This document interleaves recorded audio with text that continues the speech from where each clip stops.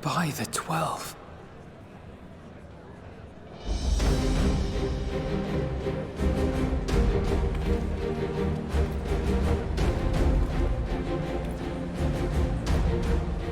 Glad you could join us. I hope you don't mind, but we went ahead and started without you. As you can imagine, our traveling companions were eager to become acquainted. 'Tis a rare thing indeed to see such a diverse and talented group of individuals assembled for a single purpose. We fight not only for the sake of Eorzea, but for the entire world, including the people of Garlemald. Much rides on the efforts of the Ilsabard contingent. Indeed, which is why I am glad to find myself in the company of many trusted comrades, yourselves included. Lucia! I have come at the behest of Lord Emmerich, who has honored me with the role of Ishgard's representative. And for the good of all nations, not least my former homeland, I am determined to see this mission through to its end. We have a hard road ahead of us, but walk it we shall, together.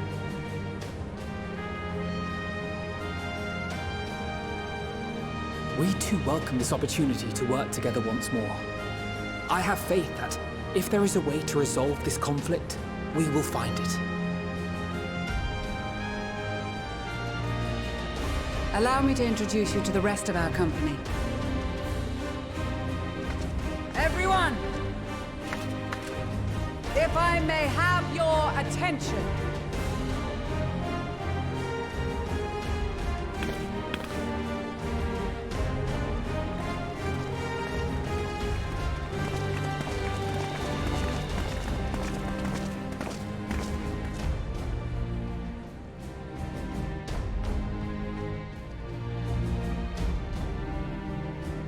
Might I ask you to speak first?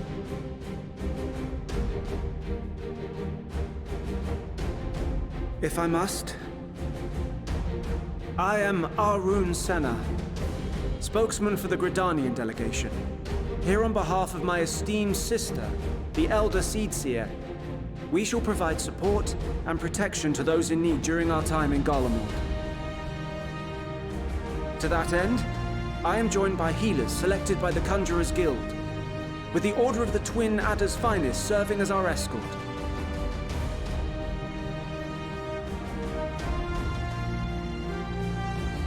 Of course, with an experienced white mage such as yourself accompanying us as well, those requiring more involved treatment will be in safe hands.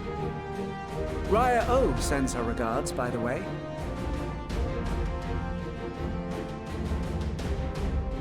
Suppose I'd better say my piece. Wait, I know you. The name's Sicard, in case you've forgotten. Truth be told, I'd rather you had forgotten. Any road, the Admiral asked Captain Hilfier to send his best, and for whatever reason, he picked me. Of course, if I'd refused, I'd be the laughing stock of the bloody executioners, and my reputation's taken enough of a keyhauling as it is. But more importantly, like any pirate worth his salt, I know when you're staring down a storm, you gotta trust in the commander of your ship. So if the Admiral wants us to go to Garlemald, not for plunder and glory, but a promise of peace in our time, then that's what we'll do.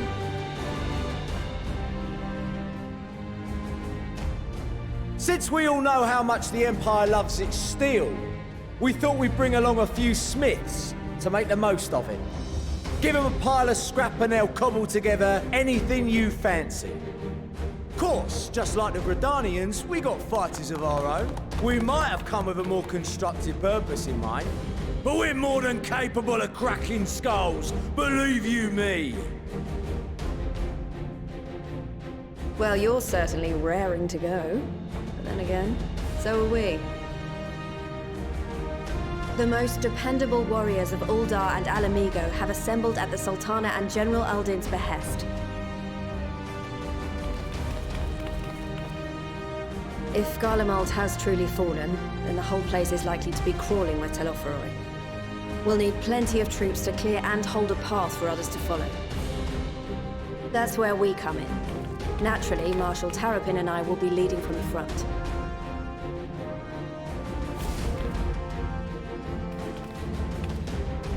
It's been some time since I last saw you in your element on the battlefield. From what I've heard, you've become pretty fearsome yourself. Master Matoya, the Avatar of Destruction.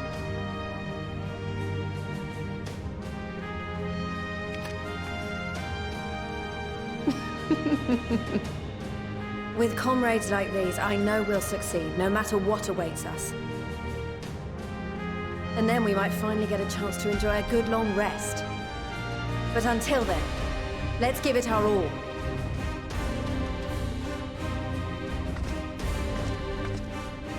As for Ishgard, we Temple Knights have come in force to uphold our nation's commitment to the peace and welfare of our allies. The bitter cold of Garlemald is a formidable enemy in of itself. Our experience fighting in ice and snow will prove invaluable in the days ahead. Accordingly, I have been designated commander of the Ilzabad contingent. I will do all in my power to provide you with the leadership and guidance you require. The four high houses, House Hylinart foremost among them, have arranged for a host of machinists to join us on our mission. Their knowledge of Imperial Magitech is sure to be a great boon. They will address any problems of a technical nature, together with the smiths of Limpsa Lomitsa. There is another awaiting introduction. Lord Emanolain! Ah, yes. Emanolain de Forton, at your service. Though, lest there be any misunderstanding, I should stress that I've not become a fearsome warrior while you were away. Rather, far from it, actually. My brother, in his infinite wisdom, decided this would be an excellent chance to make something of myself. Oh, and fight for world peace and all that. But, should the opportunity arise for a spot of ballroom dancing, I will be your twinkle-toed gentleman of light.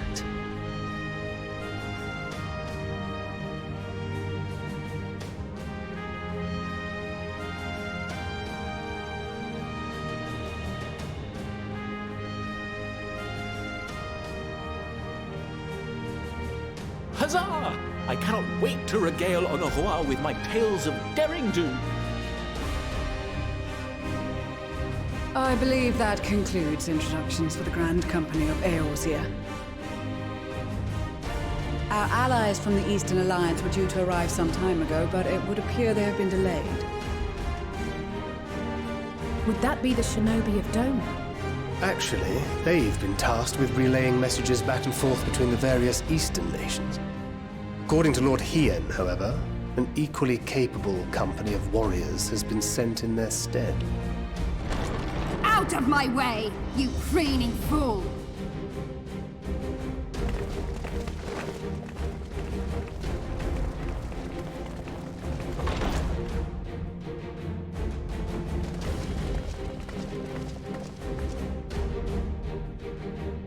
Forgive us for coming late. We are the delegates of the Eastern Alliance. Cyrena, and you've brought company. For battle and blood we come, as a step is sorely lacking in both. No towers befoul our lands, so we marched on those of Doma, only to find them beyond our reach. But now our thirst for slaughter is slaked. No quarter to the enemy! Sadu Hatun, no. We go to make peace with the Iron Men, not war. Warriors of the Steppe, we've heard many tales of your bravery. We welcome you as allies. And these other ones you have brought are... Members of the Dalmascan resistance group, Lente's Tears. And the Bosnian resistance. Between them, they have a wealth of experience in espionage, and are particularly adept at infiltrating Imperial facilities. Which is fortuitous, since Garlemald's domain is so vast that I could never hope to handle reconnaissance duties all by myself. Dalmasca, Bosnia, Alamiga. All lands which have suffered the tyranny of the Empire. I would never presume to question your motives. Nevertheless, I must reiterate that our goal is to aid the victims of the Telophoroi, the common folk of Garlemald. And they are victims, make no mistake. Though I understand that many may struggle to see them as such. You're more right than you know. For every one of us that answered the call, there were a dozen that refused. Not only in Alamigo, but everywhere we went. And who could blame them? The Empire's always been the enemy. But after seeing what we've seen, fighting and working against and with Garleans, there's no denying the simple truth. They're just people. No different from you or I. They've got their share of liars and murderers, but so do we. So do we all. Fordola, who once swore herself to Garlemald, has proven herself a trusted ally time and time again.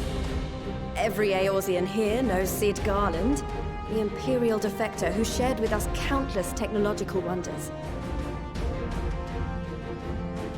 Maxima, who stands with us today, tried to reform Garlemald from within and make peace with Joma. So you can believe me when I say that every fighter here understands and accepts that the Imperials are not monsters and are deserving of help. Or at least that they were able to put aside their feelings for the greater good.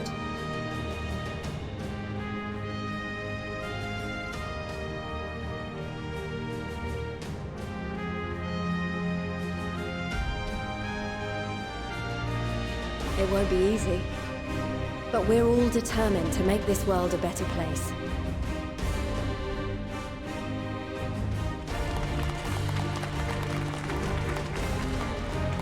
What lingering concerns I may have had were clearly unwarranted.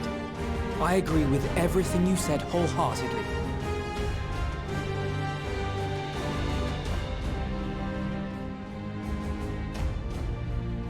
Then we are in accord. Now, let us review our strategy.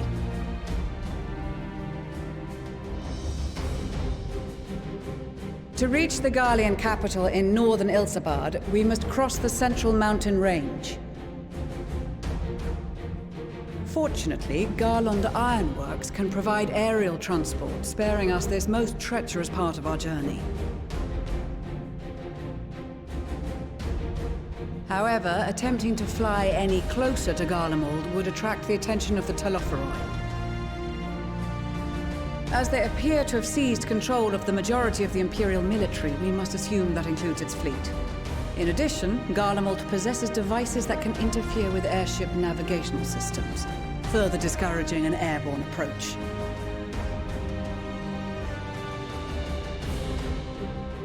Given the circumstances, the closest we dare deploy our contingent is an area between the range and the capital, the Magna Glaciers. From there, we must travel the rest of the way on foot. We will also need to bring the airships with us to ensure we can withdraw with haste. Although much of the terrain will be blanketed in snow, we should be able to make use of local roads and shipping facilities.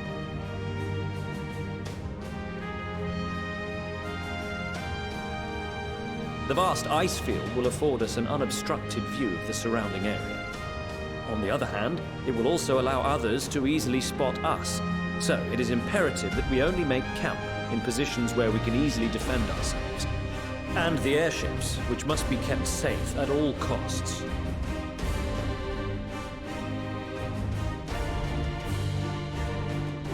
We cannot account for every possibility, so we must be prepared to think on our feet. We will be tested.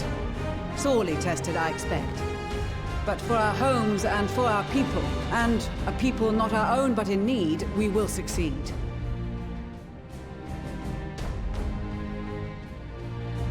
Spare no effort in your preparations. Once we depart, there is no turning back.